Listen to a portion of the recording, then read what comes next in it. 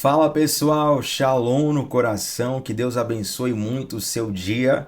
Sei que alguns de vocês ainda estão trabalhando mesmo no feriadão e outras pessoas já viajaram desde ontem. Sempre que tem um feriadão aqui, um feriado estendido, a audiência cai um pouco porque as pessoas viajam, se dedicam ao lazer, meio que desconectam de tudo. Mas aqui estamos nós, de segunda a sexta, às 7h30 da manhã, começando o dia mergulhando na palavra de Deus. E eu quero ler com você, gente, um versículo hoje, que é 2 Coríntios, está em segunda carta de Paulo aos Coríntios, capítulo 10, versículo 5. Esse versículo é um dos que eu mais utilizo como base para a pregação. O mesmo versículo, muitas vezes trago ensinamentos diferentes, temas diferentes, fundamentado no mesmo versículo, dada a riqueza desse capítulo por inteiro, em especial este versículo. Eu quero tocar num ponto muito interessante, porque talvez por uma jesuicidência, né?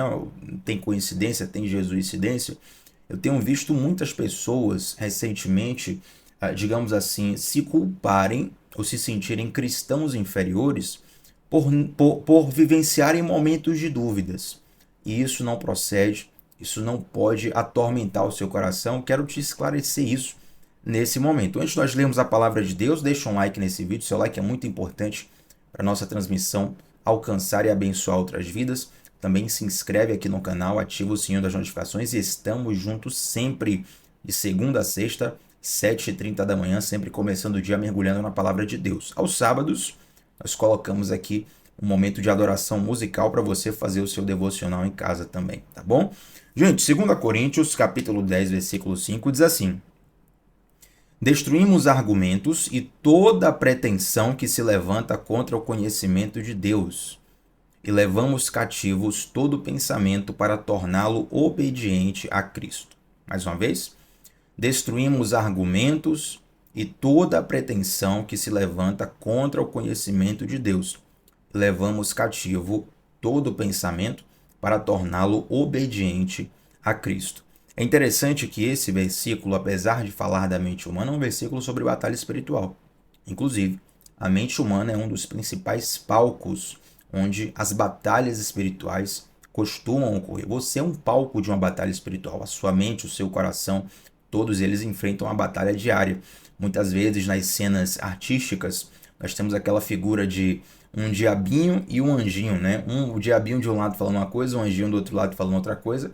Aquela é uma encenação artística, pitoresca, de algo que ocorre no nosso interior, quando nós estamos duvidosos em relação a caminhos a seguir, decisões a seguir, atitudes a tomar, e muitas vezes isso envolve sim uma batalha espiritual pelo reino do nosso coração, sobre quem vai reinar na nossa vida. Gente, é interessante que muitas pessoas confundem. Eu quero falar hoje sobre dúvidas, né? Dúvidas no coração. Muitas pessoas confundem dúvida com incredulidade e acham que a dúvida é inimiga da fé. Você já ouviu alguém falar isso? Olha, se você duvidar é porque você não está crendo. A dúvida é inimiga da fé. Eu quero te dizer, com o máximo respeito a quem já repetiu isso, talvez repetiu até sem intenção de ensinar algo errado, mas a fé e a dúvida, elas costumam andar juntas e, inclusive, a dúvida é um processo que gera fé, um processo que gera esclarecimento. Então, Tiago, se a dúvida não é inimiga da fé, quem é então? Inimiga da fé, gente, é a incredulidade. Imagina o seguinte, essa situação que eu vou te falar agora, já passei muitas vezes, inclusive já relatei aqui em alguns devocionais anteriores. Alguns amigos meus ateus, que se interessam por um debate acerca da existência de Deus e da validade do texto bíblico, eles vinham para mim com um coração incrédulo. E eles já tinham decidido pela incredulidade no seu coração. Eles traziam perguntas, eu respondia todas as perguntas com base científica. Não era questão de, eu acredito nisso, você tem que me respeitar e ponto final, não. Respondia com base científica tudo sobre a veracidade da Bíblia, a autoridade da Bíblia, questões de raciocínio lógico sobre a existência de Deus, muito simples. E mesmo que eu respondesse todas as perguntas para eles, eles não criam. E alguns até ficavam até mais chateados ainda. Por quê? Porque havia incredulidade no coração deles. Um parâmetro bem interessante para você entender como é a incredulidade são os debates políticos aqui no Brasil, né? Você conhece aqui, você tem algum amigo, algum parente que em tempo de eleição a pessoa fica insuportável. A pessoa só quer falar de política 24 horas por dia e ela não aceita que não se fale nada além de política. A pessoa se torna um chatonildo, uma chatonilda, né? Porque tá ali focado em fazer o candidato dela ganhar. Quando você vai conversar com uma pessoa dessas, não adianta. Você pode mostrar dados, informações, notícias, pesquisas. Pode ser algo que esteja acontecendo ali na frente dos olhos da pessoa. Ela não muda de opinião. Por quê? Porque antes dela ter um compromisso com a realidade, ela tem um compromisso com o candidato dela. Você entendeu? Então ela prefere distorcer a realidade para encaixar a realidade na agenda dela, os argumentos dela, naquilo que vai favorecer o candidato ou a candidata dela, do que reconhecer que todos os lados falham. Nós, os seres humanos, gente, nós somos imperfeitos. Por mais que você apoie uma ideia, se essa ideia não está pautada na palavra de Deus, uma hora ela vai falhar. Por mais que você apoie uma pessoa, se essa pessoa não é Deus, uma hora ela vai falhar. Tiago, mesmo um homem de Deus, uma mulher de Deus falha? Com certeza absoluta.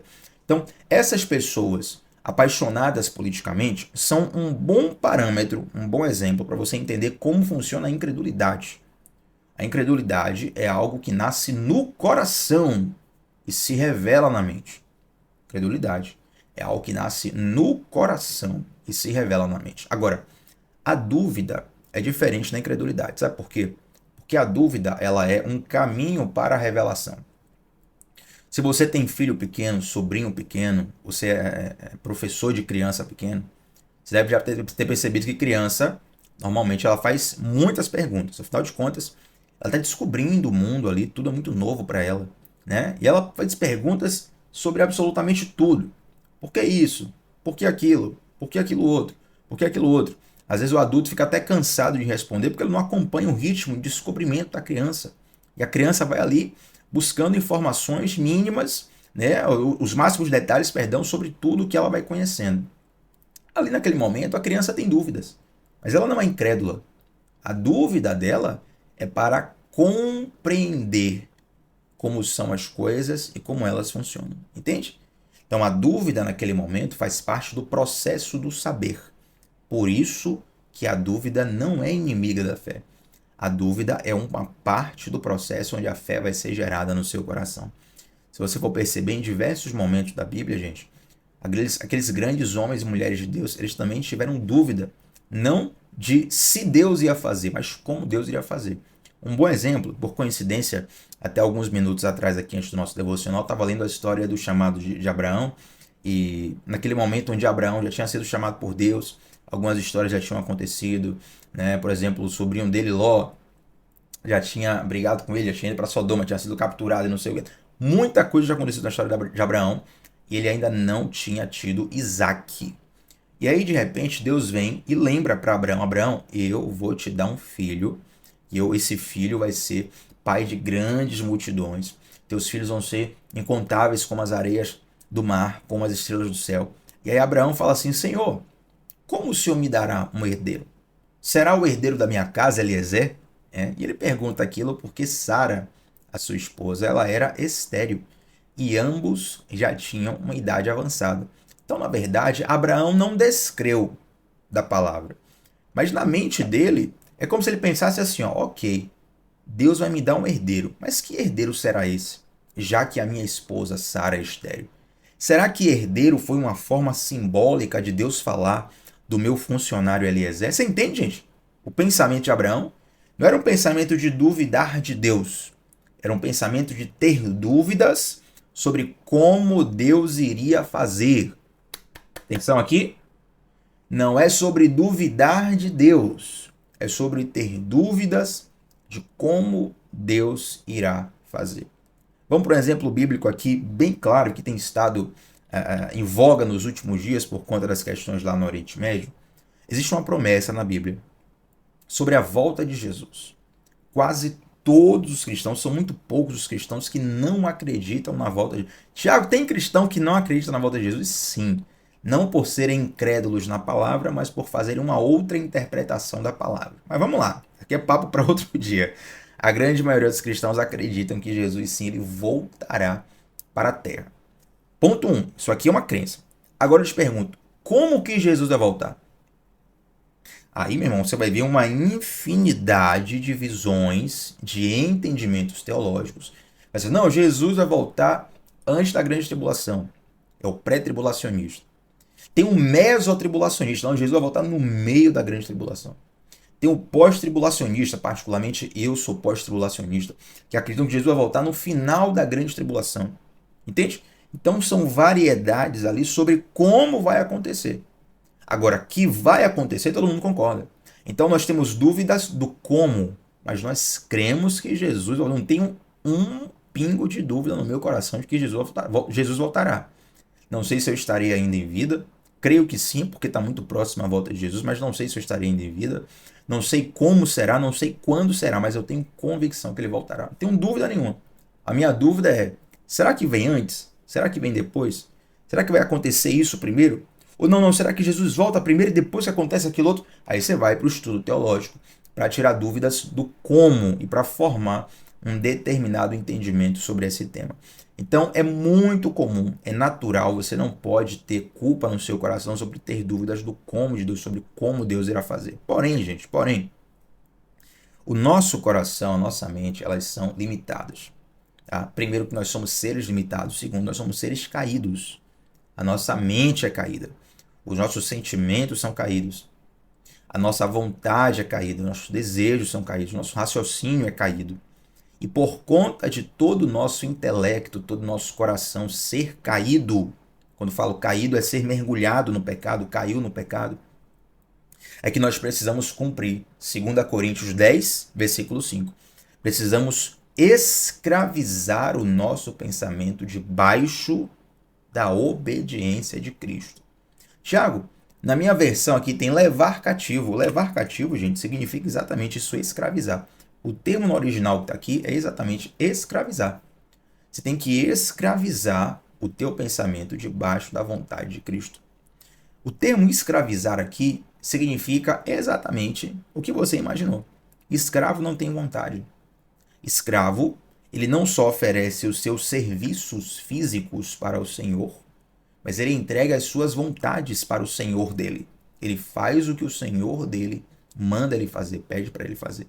Entende? Então, dessa mesma forma, eu pego o meu pensamento e coloco o meu pensamento escravizado debaixo da vontade de Cristo. Agora, vamos lá. Eu achei muito interessante um vídeo que eu vi recentemente na internet. O Dr. Jonatas Leone, ele também escreve isso no livro dele, quando ele fala que Cristo, ele não vem...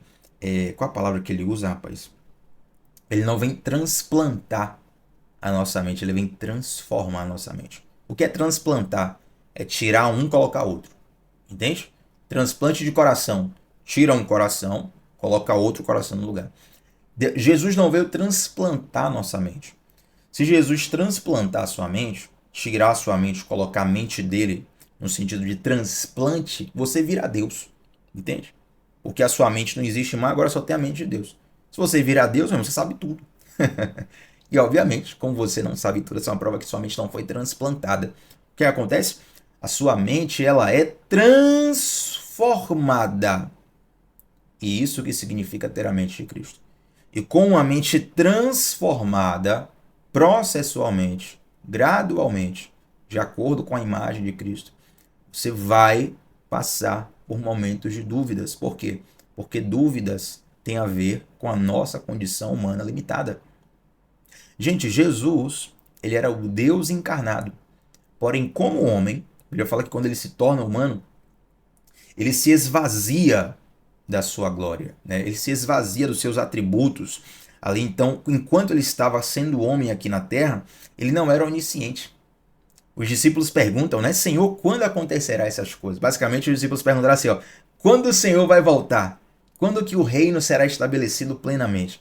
E Jesus fala assim, ó, ninguém sabe o dia nem a hora, nem mesmo o Filho, mas apenas o Pai. É claro que Jesus, na glória hoje, ele sabe o dia que voltará. Porém, naquele momento, ele como homem estava despido da sua onisciência. Portanto, ele não sabia naquele... Você percebeu aqui que ele se esvazia da totalidade dos seus atributos? Ele sabe de algumas coisas, mas ele não sabe de tudo. Então, naquele momento, Jesus, na sua característica humana, ele em alguns momentos também duvida do como. Ele tem dúvidas do como. Quando ele vai orar lá no Getsemane, ele fala para o Pai assim, né? Se possível for, passa de mim esse cálice, todavia seja feita a sua vontade ante a minha. Nessa oração, Jesus confessa que ele está apresentando uma vontade em oração.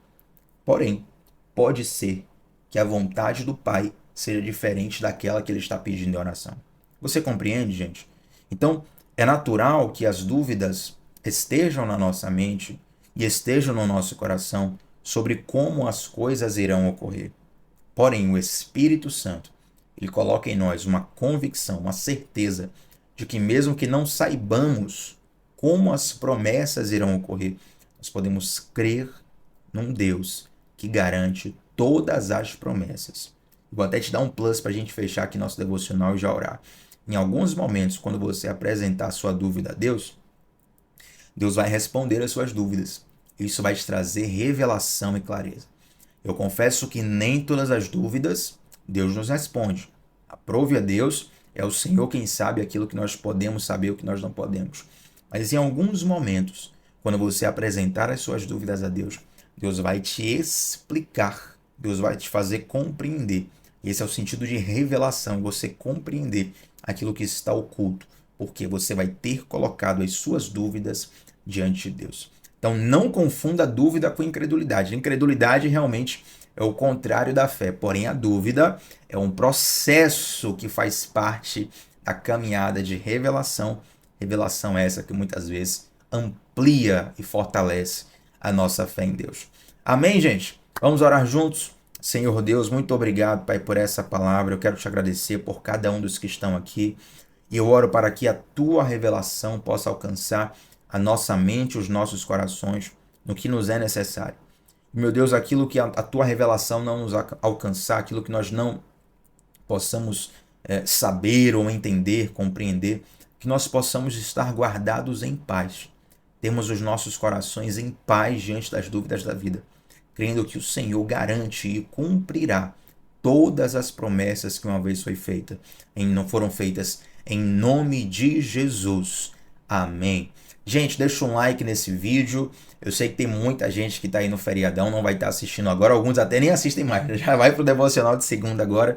Mas que bom que você está aqui. Se você lembrou de alguém, envie esse vídeo, compartilhe esse vídeo com a pessoa.